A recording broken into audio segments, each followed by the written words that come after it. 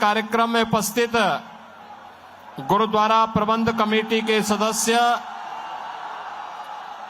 श्री रमनदीप थापर जी, मंच पर उपस्थित एमएलए किश्तवाड़ सुश्री सगुन परिहार जी,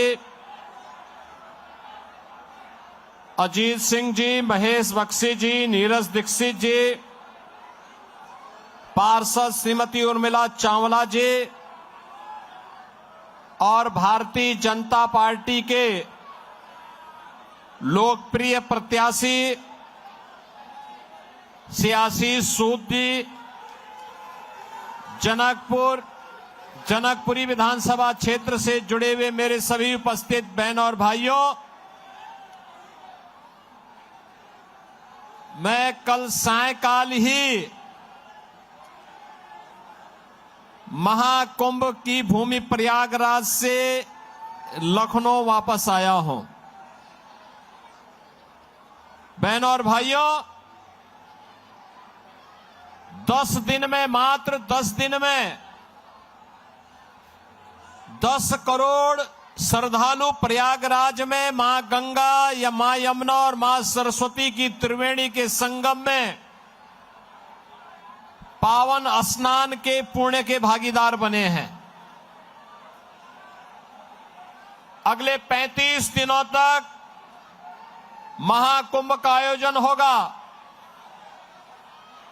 और इन 35 दिनों यानी 45 दिनों के महाकुंभ के इस आयोजन में बहनों और भाइयों 45 करोड़ श्रद्धालु प्रयागराज की धरती पर आकर के 144 वर्ष की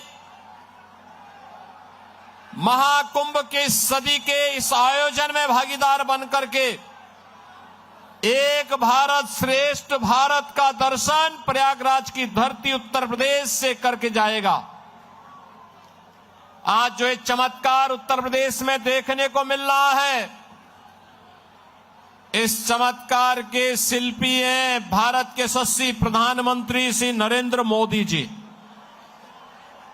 उनका नेतृत्व और उनका मार्गदर्शन उत्तर प्रदेश की विरासत को एक नई ऊंचाई तक पहुंचाने का काम कर रहा है।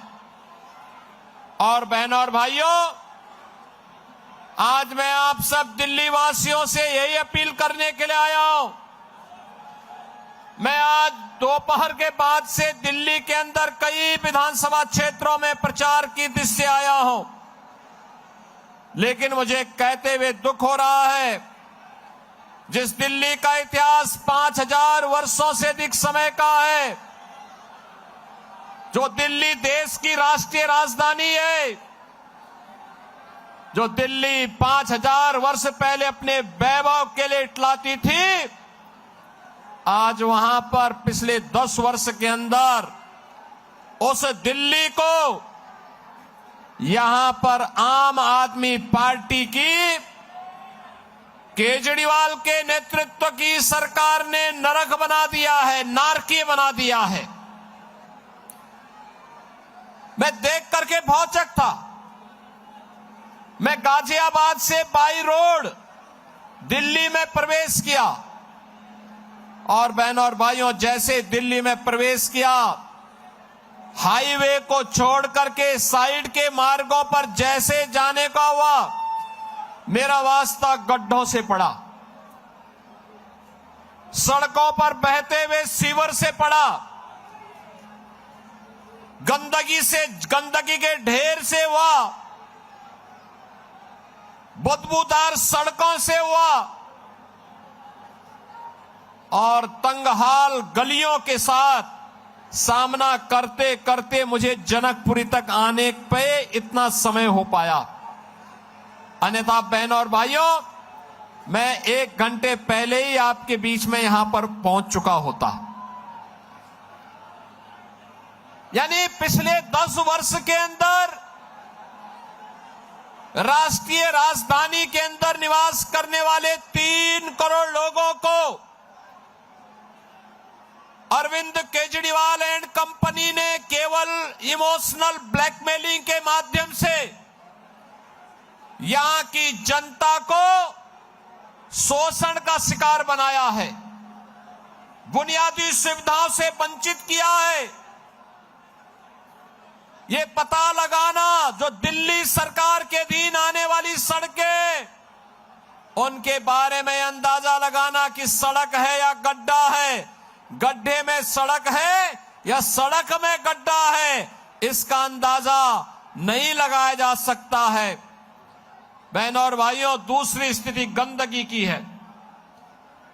जहां देखो गंदगी का ढेर लगा हुआ है, सड़कों पर सीवर बह रहा है। और तुलना अरविंद केजरीवाल से उत्तर प्रदेश से कर रहे हैं। अरविंद केजरीवाल जी, उत्तर प्रदेश 25 करोड़ की आबादी का राज्य है, दंगा मुक्त राज्य है, एक सुरक्षित राज्य है, सुविधा संपन्न राज्य हो चुका है। उत्तर प्रदेश का परसेप्शन बदल चुका है। आज वह नए भारत की यात्रा में प्रधानमंत्री मोदी जी के विजन को आगे बढ़ाते हुए से मिशन मान करके तेजी के साथ विकास की नई प्रतिमान को स्थापित करते हुए आज उत्तर प्रदेश देश की बड़ी आर्थिक शक्ति के रूप में उभर रहा है। बहनों और भाइयों, आज उत्तर प्रदेश में देश के सबसे अच्छे एक्सप्रेसवे हैं, हाईवे हैं, रेलवे का नेटवर्क है, एयरपोर्ट्स हैं। सबसे अधिक सिटी में मेट्रो का संचालन उत्तर प्रदेश कर रहा है और अपनी विरासत पर भी गौरव की अनुभूति कर रहा है। प्रयागराज महाकुंभ की तो मैं चर्चा कर रहा था। मां गंगा का निर्मल और अविरल जल प्रयागराज में आने वाले श्रद्धालुओं को अभिभूत कर रहा है। संतों का, श्रद्धालुओं का आशीर्वाद मोदी जी के साथ जुड़ रहा है, क्योंकि मां गंगा अविरल और निर्मल हुई है, इसलिए क्योंकि मोदी जी ने नमामि गंगे परियोजना को प्रधानमंत्री बनने के बाद लागू कर दिया था। लेकिन मुझे कहने में कोई संकोच नहीं, कोई संकोच नहीं कि जो उत्तर प्रदेश में गंगा, मां गंगा अविरल और निर्मल होकर के बह रही है, उसी उत्तर प्रदेश में मथुरा वृंदावन में दिल्ली की यमुना नदी का पानी एक गंदे नाले के रूप में तब्दील हो करके वहां पर केजरीवाल सरकार के पापों का भुक्तभोगी मथुरा वृंदावन के श्रद्धालुओं को बनना पड़ रहा है। बहनों और भाइयों, इन्होंने दिल्ली को क्या बना दिया है? जिस दिल्ली को विकास के नए नए प्रतिमान स्थापित करने चाहिए थे, वह दिल्ली आज बुनियादी सुविधाओं के लिए तरस रहा है। केवल प्रलोभन के झूठे वादे करते हुए इन्होंने यहां के नौजवानों के भविष्य के साथ खिलवाड़ किया है। जनता जनार्दन को बुनियादी सुविधाओं से त्रस्त किया है और मैं आपसे यही अपील करने के लिए आया हूं। ये विकास की बात करते हैं, बुनियादी सुविधाएं देखनी हो या इंफ्रास्ट्रक्चर देखना हो, एनसीआर से जुड़े हुए उत्तर प्रदेश के जनपदों को ही देख लें। गाजियाबाद हो या नोएडा, याद करिए ओखला औद्योगिक क्षेत्र दिल्ली में है, लेकिन वहां पिछले 10 वर्ष के अंदर कोई निवेश नहीं हुआ। वहां पर कोई निवेश नहीं हुआ, कोई बुनियादी सुविधा नहीं, उद्योग बंद हो रहे हैं। वहां निवेश की बजाय केजरीवाल एंड कंपनी ने बांग्लादेशी घुसपैठियों और रोहिंग्या को वहां पर बसाने का काम कर दिया है। लेकिन बहनों और भाइयों, दूसरी ओर अगर आप आकर के देखेंगे न्यू ओखला के रूप में नोएडा और ग्रेटर नोएडा को, आपको जमीन आसमान का अंतर दिखाई देगा। देश का सबसे अच्छा निवेश का डेस्टिनेशन बनकर के नोएडा, ग्रेटर नोएडा उभरा है। दिल्ली के लोग अब निवास करने के लिए नोएडा में जा रहे हैं। निवेश करने के लिए भी नोएडा में जा रहे हैं। अब वे दिल्ली में नहीं रहना चाहते, क्योंकि दिल्ली की आम आदमी पार्टी की सरकार ने उन्हें बुनियादी सुविधाओं से वंचित किया है। आपने देखा होगा, ये सरकार जो आम आदमी पार्टी की पिछले 10 वर्षों से दिल्ली की जनता के साथ यहां पर धूर्ततापूर्ण व्यवहार कर रही है। इस सरकार ने, अरविंद केजरीवाल एंड कंपनी ने अपने गुरु स्वर्गीय अन्ना हजारे को भी बेवकूफ बनाया था, उनको धोखा दिया। अन्ना हजारे को धोखा देने के बाद इस सरकार ने जो बातें कही थी जन लोकपाल लाने की,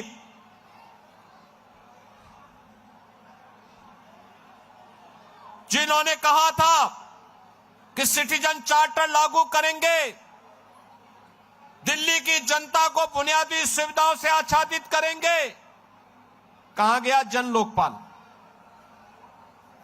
कहां गया जन लोकपाल?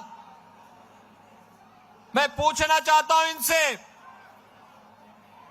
इनके कैबिनेट के 1 दर्जन से अधिक मंत्रियों पर भ्रष्टाचार के आरोप लगे हैं। केजरीवाल के साथ कई मंत्रियों को जेल की सलाखों के अंदर बंद होना पड़ा। और यही नहीं, इन्होंने कहा था लोकसभा चुनाव के समय इन्होंने कहा था कि जनता जनार्दन तय करेगी, मैं जनता की अदालत में हूं।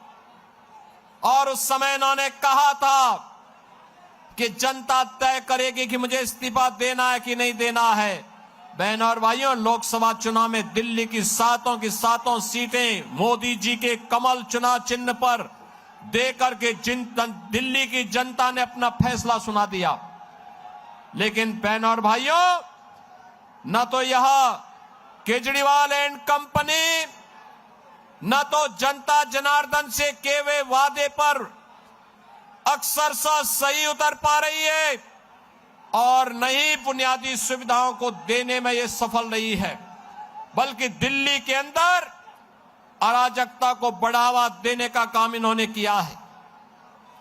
आप सब जानते हैं, दिल्ली के अंदर जामिया मिलिया के आसपास सैकड़ों एकड़ लैंड उत्तर प्रदेश सरकार के सिंचाई विभाग की है।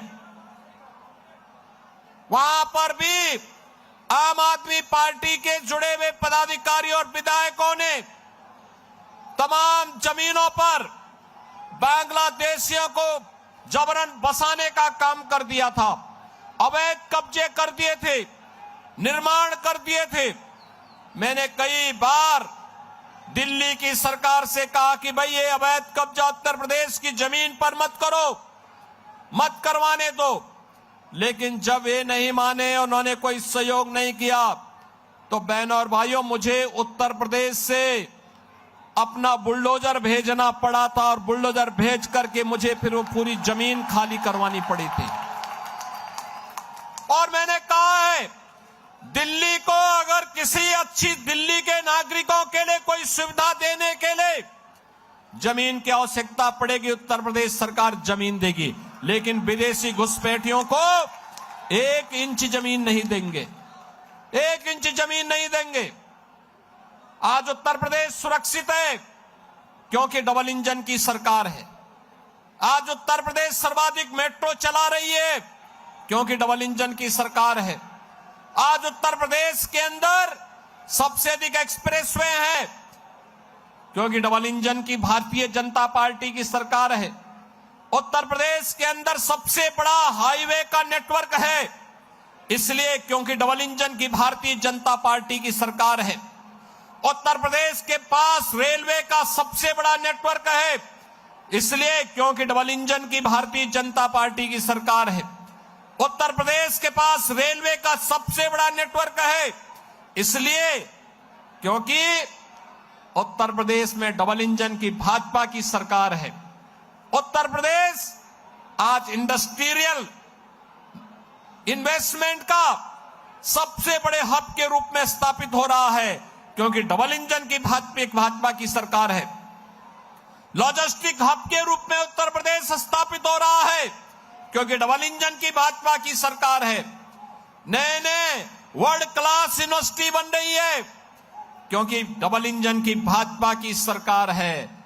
और नौजवानों के लिए रोजगार के अवसर आगे बढ़ रहे हैं क्योंकि भाजपा की डबल इंजन की सरकार है।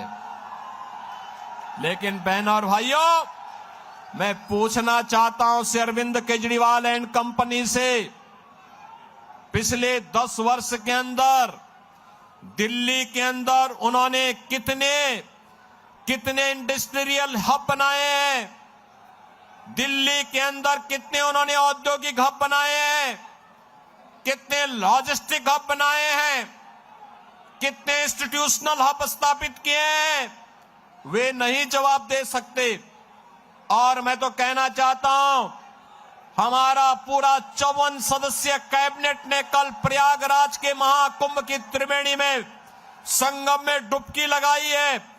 अरविंद केजरीवाल जी, आप भी आम आदमी पार्टी के मंत्रियों के साथ एक बार दिल्ली में इस चुनाव के दौरान ही यमुना जी में डुबकी लगा करके दिखाइए। आपको पता लग जाएगा कि आपके काले कारनामे क्या हैं अपनी विरासत के प्रति। आप यहां पर पुजारियों को मानदेय देने की बात करके झूठे वायदे कर रहे हैं। आपने मौलवियों को, मुल्लाओं को तमाम पहले से आप उन्हें मानदेय देने की बात करते थे, आज वह देने में विफल है। तो ध्यान भटकाने के लिए पुजारियों का नाम लिया, लेकिन आप भूल गए बौद्ध भंते भी उसी श्रेणी में आते थे, उनका नाम आपने नहीं लिया। वाल्मीकि मंदिरों के पुजारी भी उसी श्रेणी में आते थे, आपने उनका नाम नहीं लिया।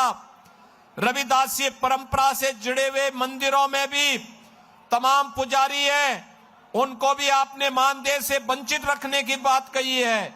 आपकी ये दोहरी नीति नहीं चलेगी, दिल्ली से स्वीकार करने को तैयार नहीं है। और इसीलिए जनकपुरी विधानसभा क्षेत्र से भारतीय जनता पार्टी ने, आदरणीय प्रधानमंत्री जी ने, श्री जेपी नड्डा जी ने श्री आशीष सूद को प्रत्याशी के रूप में यहां पर आपको मौका दिया है। बहनों और भाइयों, आशीष सूद जी एक जुझारू नेता हैं, कार्य करने का जज्बा रखते हैं, आपके हितों के लिए लड़ाई लड़ने का सामर्थ्य रखते हैं। जैसे उत्तर प्रदेश की सूरत बदली है, तस्वीर और तकदीर बदली है, उत्तर प्रदेश में देश और दुनिया के सभी लोग आज आने को उत्सुक हैं। ऐसे ही दिल्ली के लिए भी डबल इंजन की सरकार चाहिए और डबल इंजन सरकार के लिए आशीष सूद को जनकपुरी से विधायक बनकर के जाना आवश्यक है। आपका आशीर्वाद आशीष सूद जो को प्राप्त होगा, सभी लोग आशीर्वाद देंगे। मेरी आवाज जहां तक जा रही है, आशीष सूद जी को अपना आशीर्वाद देने के लिए दोनों हाथ ला करके मुझे बताओ। सामने घरों के ऊपर, दोनों ओर, पीछे सड़क में भी जितने भी लोग हैं, सभी दोनों हाथ ला करके मेरे सामने आश्वस्त करिए आशीष सूद को भारी बहुमत से विजयी बनाने के लिए। सभी लोग सहमत हैं? विजयी बना के भेजेंगे, बना के भेजेंगे। मेरे साथ बोलेंगे, भारत माता की, भारत माता की, भारत माता की जय श्री राम, जय श्री राम, जय जय श्री राम, जय जय श्री राम। धन्यवाद आदरणीय मुख्यमंत्री जी। योगी जी को जय श्री राम, योगी जी को जय श्री राम, योगी जी को जय श्री। तो जनकपुरी में जिस तरीके से सीएम योगी जनसभा को संबोधित कर रहे थे, हालांकि इस दौरान आम आदमी पार्टी पर जमकर निशाना साधते नजर आए सीएम योगी। चाहे लोकपाल का मुद्दा हो या फिर जिस तरीके से रोहिंग्या का मुद्दा हो, इस बात का जिक्र उन्होंने किया। यमुना का उन्होंने जिक्र किया, सड़कों का जिक्र किया कि आज दिल्ली की सड़कों पर यह समझ में नहीं आता कि सड़क पर गड्ढे या गड्ढे में सड़क है। उन्होंने इस बात का जिक्र किया और जमकर हमला बोला और वहीं बीजेपी प्रत्याशी के लिए वोट की अपील लोगों से की है।